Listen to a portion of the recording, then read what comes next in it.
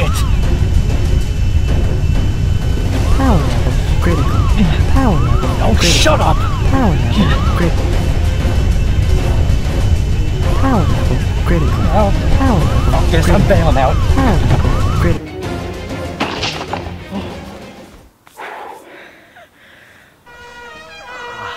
Shit.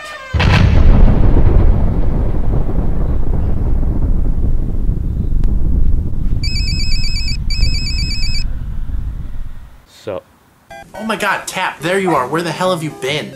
you know, just having the usual escapades through time. You know, the usual. But I set the time machine to bring me back literally a day after I left, so what's the big deal? Tap, it's been 2 months. Tap? This happened again? Oh, why do all my time-traveling adventures always end in a series of unfortunate events? Oh, arse biscuits. Okay, look, just tell me a game review, quick! What? Just think of one! Alright. Just calm your lucky charms.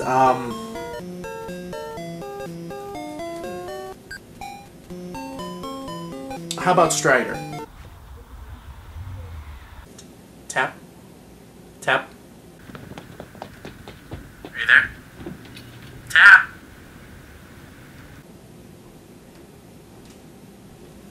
Motherfucker.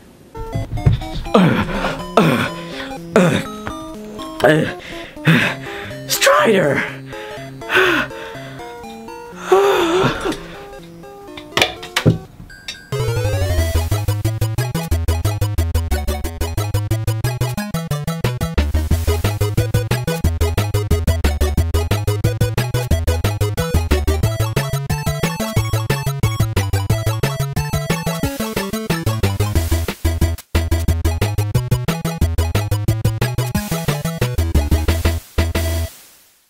Capcom have been in a little bit of a pickle the last few years, haven't they?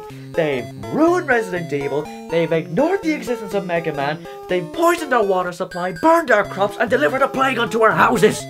He did? No, but are we just gonna wait around until they do? Reference.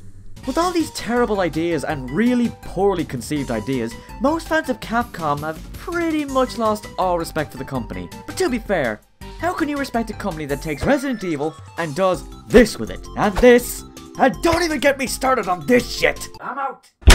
Their track record hasn't been all that clean, to say the least, these last few years, but in 2014, Capcom actually listened to the fans' demands after looking at stats from various surveys and forums, and took it upon themselves to reboot a beloved franchise back from the NES era. Strider.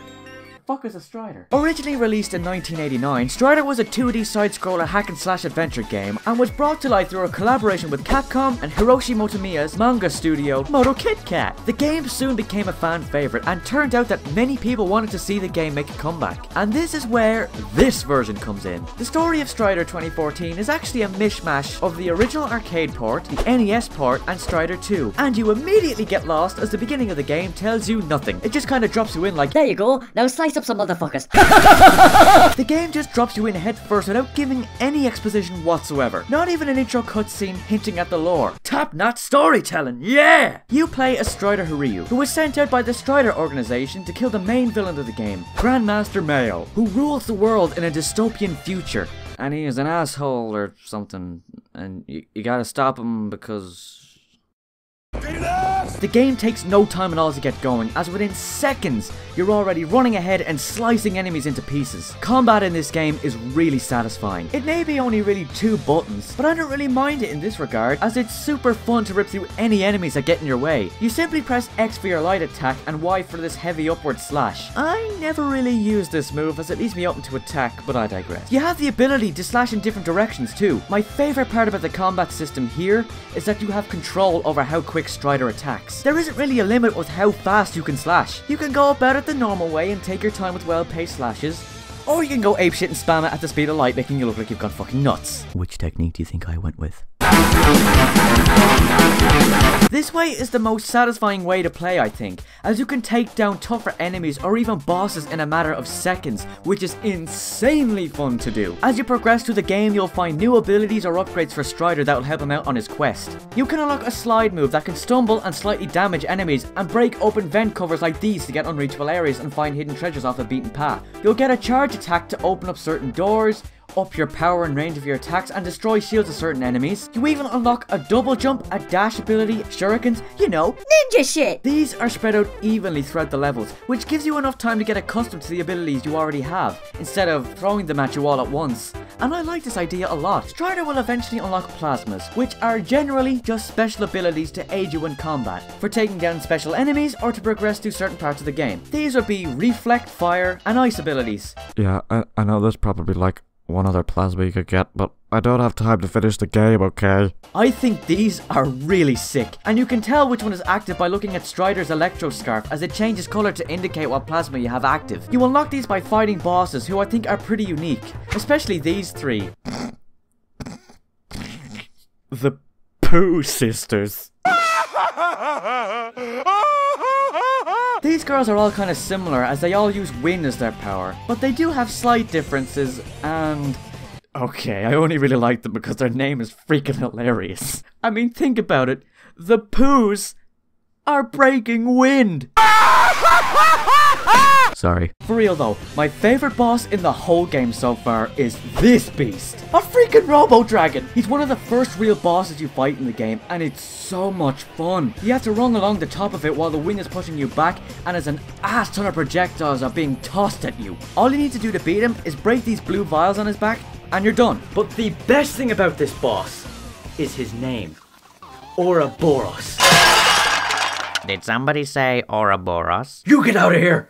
Environments all look really nice in this game. Textures are clear as crystal and very high resolution.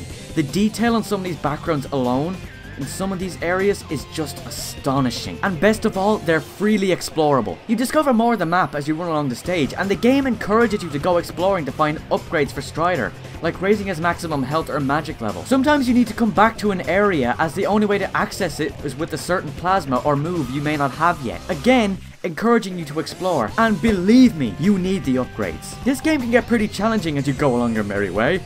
So these upgrades are crucial, but by far the greatest aspect of Strider that I love the most is how reminiscent of classic video games it is. Everything from the wonderfully tight and responsive controls, the platforming, the music, the difficulty, the upgrades, the power-ups, the enemies, even the freaking map screen feels all old school. I get reminded so much of Metroid just by looking at this and traversing through the world. All of the boss fights just scream out Mega Man with how some of them play out. Even some of his moves are all old school, like his wall and roof climb to aid with the platforming. Look at him! He's doing cartwheels and bouncing like a giddy schoolgirl. What more could you want? And when he moves across the ceilings, he becomes...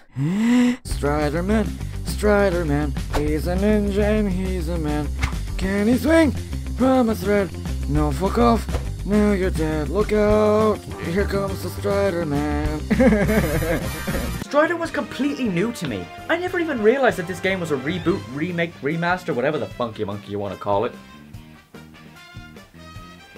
If I hadn't have done any research for this video, I wouldn't have known. But even so, without any other knowledge or any playtime of the original NES, Sega Genesis arcade version of the game, I still really enjoyed this.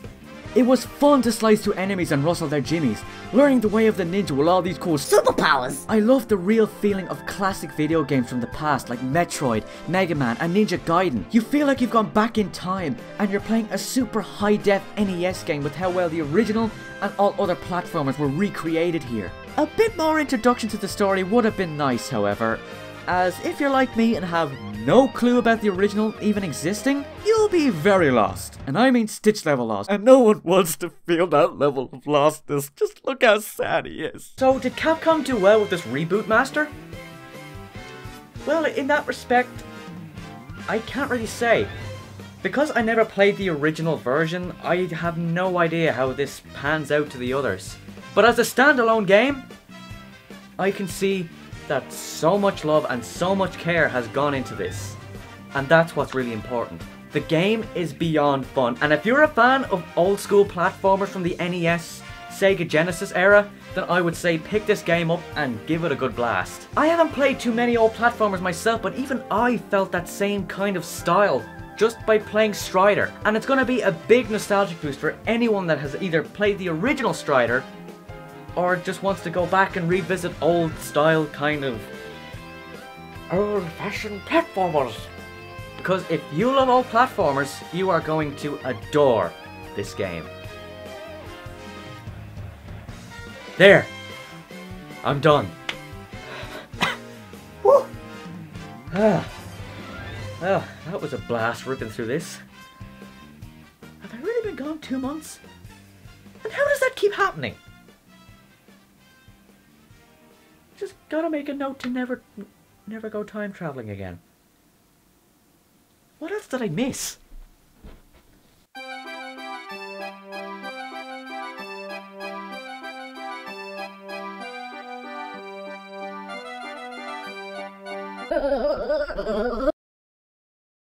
Hey, what's happening, chaps? It's TapChap here, and I just want to say thank you so much for making it through this video and getting all the way towards the end. I appreciate it a lot. As of right now, I am officially back in the swing of making videos again for the second time. If you haven't seen the update video, it was kind of a mishap with my main hard drive in this machine, but you know, if you want more detail, go and check out the last update video that I uploaded before this one.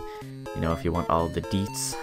The deets, you know what I'm saying? I also want to give a huge shout out to my good buddy Ace the Gamer Dude, who lent his beautiful acting talents and fantastic face to the intro of my video. On the screen you'll see a link to his last review of Gears of War the Ultimate Edition, so you should go and click that and go and give him some lovin', because I'm sure he would appreciate that lovin'. And also on the screen is a link to my previous review, which was a mini-sode on Need for Speed Hot Pursuit 2. So you can click that video and that will take you there and you can have a good old fun time. If you want to see more TapChap Show content, why don't you click that subscribe button and keep up to date with all things TapChap. You can also follow me on Facebook and Twitter to stay up to date on everything. What I'm up to, what my next project is on, and when my next videos are coming out. The link on the screen will take you to them, so yeah. You can do that if you want. But once again, guys, thank you all so much for watching. I'm so happy to be back in action, and as always, guys, thank you all so much for watching, and I'll see you in the next one. Bye.